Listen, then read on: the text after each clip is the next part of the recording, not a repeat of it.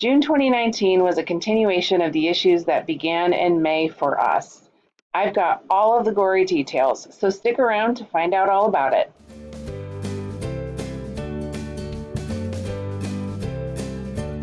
Hi friends, welcome to the Budget Bounce. I'm Jen, and we use a budget to tell our money what to do, including bouncing debt out the door. We share our ups and downs from living life on a budget and tackling a $252,000 mountain of stupid debt. If you'd like to follow us on our journey and learn more about living life on a budget, being intentional with your money, and making your money work for you, then click on that subscribe button below and be sure to tap on the bell so you'll get notifications every time I post a new video. You can also find me on social media. Just look for the Budget Bounce. I post on Instagram several times a week so you can see more about our journey there in between videos.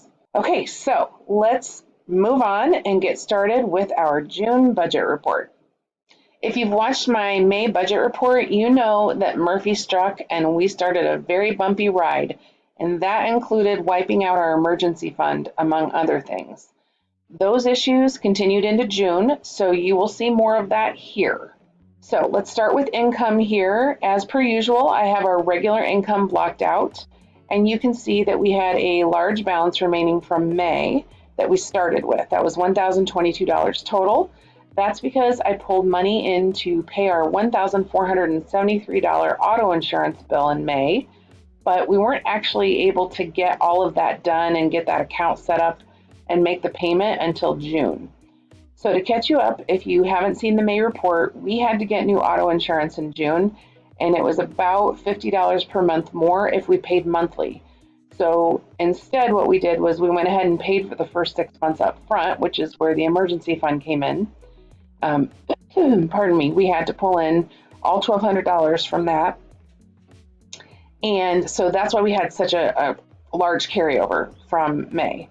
So plus we had a refund that came in from our old carrier for $301, and we pulled in $54 from one of our sinking funds for clothing. So that made our total income that we were working with for June $10,290. For gifts, we planned on $150, but we only ended up using $75. In housing, we had all of our standard charges, but our mobile services came in just a bit less than we planned at $189, bringing our total to $1,397, which was just about $5 under plan. In transportation, we spent a lot more in gas than we planned, and that's because our kiddo got a job and is driving to work 5 times per week now, and we didn't make him pay for gas in June because he didn't get his first full paycheck until July. So So there's that. We were over by almost $80 there. But on a positive note, with OnStar, I called them in May and I changed our plan. And so that now is at $21, which is down $15 from $36 that we've been paying. So overall, we spent about $380, and we were about $80 over budget. In food, we came in under for groceries, but we came in over for dining. So that brought our total to $615, which was $40 over our plan. And we didn't have any expenses for Henry in June. That's from him not being in school, and that was a nice reprieve. And also we were done paying for Mathnasium because May was the last month that we had to pay for that $319 monthly expense. We skipped our long-haired cat's grooming appointment in June, but we did have to buy food. So nothing here, but we had $74 for food. And then we had a continuation of the vet expenses from May for our dog. If she had to go in for a follow-up, and so that ended up, that was $186, and so that brought our total to $260, and the category was $245 over, and that hurt. Like I said, this was one of those, this is part of that continuation of just giving us a kick in the pants. Murphy was like having a party over here. So then in insurance, everything was business as usual except for the auto insurance. As you can see here, we planned on $1,700, and that's because I thought we were going to have a partial payment due at our old carrier. That was not the case. So we paid the $1,473 to set up our new account, and with everything else we have here, that brought us to $2,209, which was $227 under budget. That was a very nice surprise and helped with some other things. Kind of, as you can see, it almost offset all of this up here with pets. We had a change in entertainment, and that is that we canceled Hulu. And we came in under in family entertainment here, and that's because instead of all three of us going to a movie, Matt and Henry went to one on their own.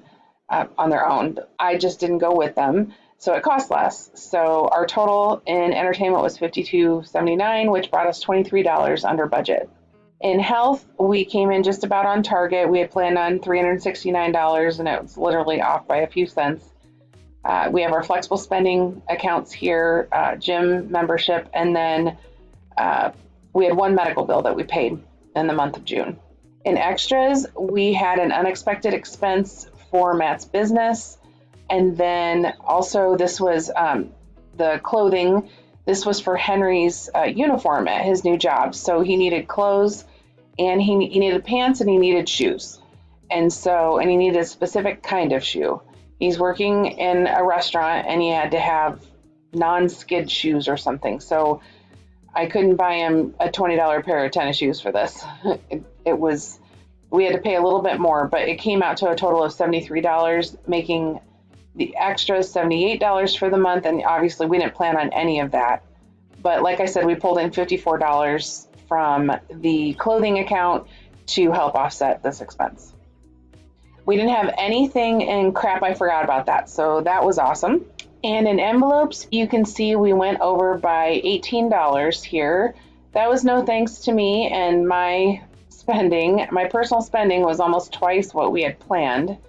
And also we ended up going over in miscellaneous here. Now, obviously we didn't have to spend anything in household, which helped offset all of that. But yeah, we came in $17 over here. We didn't have anything unusual in the budget bounce. This is just my $9.99 subscription to Adobe Spark. Let's see here. Then moving into savings, I just need to resize the window real quick here.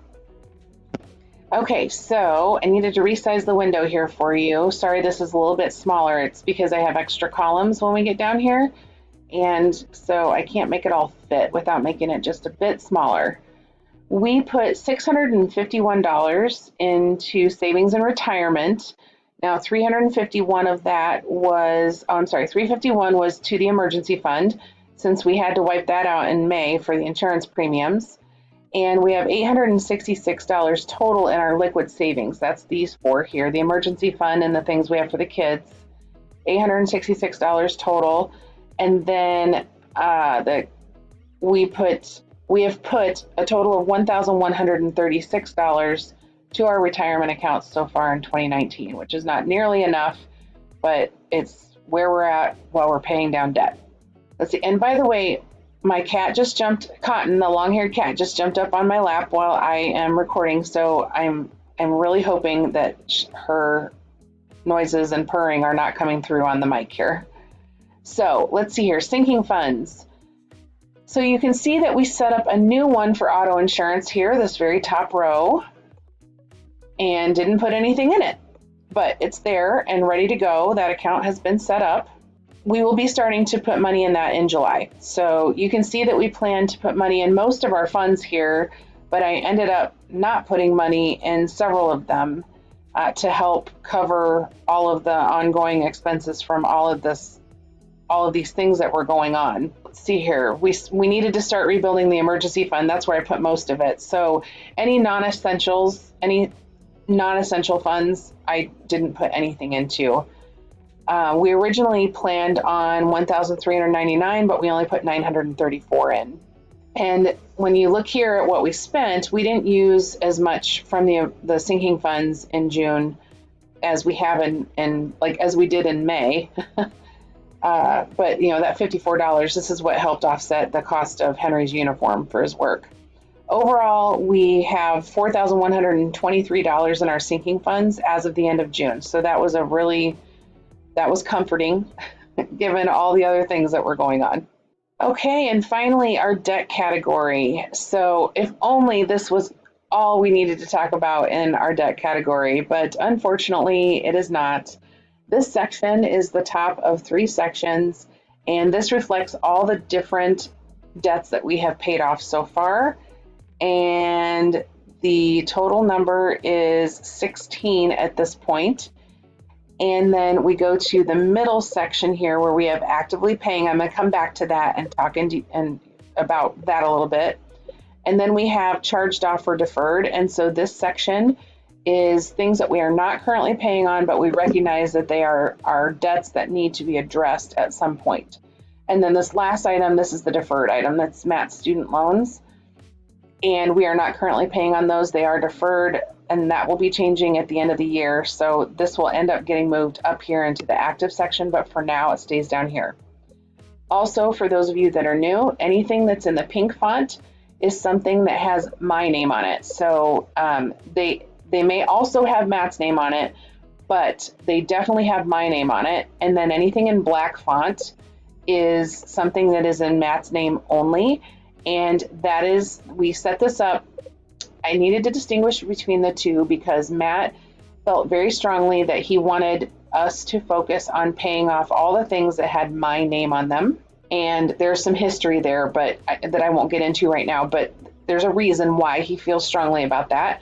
And so that's what I did. I wanted to do the traditional debt snowball at the time and tackle them lowest balances to largest and just put them in order. And this is how he wanted to do it. So this is what we're doing. So then let's see here. Getting back over here to what we're actively paying on. You can see that we paid off another credit card. Yes. So this is one, it was in collections and I had a payment plan set up on it and we got that finished off in June. So super exciting. So that puts us at 17 debts total that we paid off. And overall, we came in right on target at, let's see here, $3,058 is what we planned, and that's what we spent on debt in June. And looking at the totals here at the bottom, let me go just a little bit here. There we go. Looking at the totals down here, our balance coming into the month was $216,304. We, of course, paid $3,058 to debt, but you can see here that we also had interest to pay. And so our total debt killed off was $2,858. And the reason why this isn't adding up is because I went in and checked on some things and we actually were like, child support was a lot lower than what I thought it was. I think I'm estimating this interest incorrectly. And so that's why this ended up being, looks like we paid down more than what the math shows here. So I was really excited for that adjustment. It's not very often we get those adjustments and they're in our favor. So that brought our balance down to $213,446. And you can see over here, oh shoot, I just realized I don't have it in the window. And you can see over here that we have, we put a total of 34.3%, of our base monthly income toward debt. And we have paid off $38,880 total, or 15.4% of our original $252,000 debt. So overall, June was bumpier than I liked, but being able to pay off a credit card and put some money back into the emergency fund made me feel a lot better. We are officially back in baby step 1 for the time being. That's just the way it's going to be for a little bit until we get that emergency fund built back up. And we also have to get the auto insurance fund built up, the sinking fund. So that means we're paying minimums for a little while here. We will continue to chip away at our mountain of debt, and it's just 1 month and one budget at a time. And I'm looking forward to the day that we can get back to the snowball to make this move quicker. In the meantime, we will just continue that chipping away, just one little bit at a time. Thanks for coming along on this ride with us. And if you want to know more, click on that subscribe button below. And if you like this video, please give it a thumbs up. And know that I also post on Instagram a few times a week. So be sure to follow me over there. All you need to do is just look for the Budget Bounce. That's all I've got for you today. Until next time.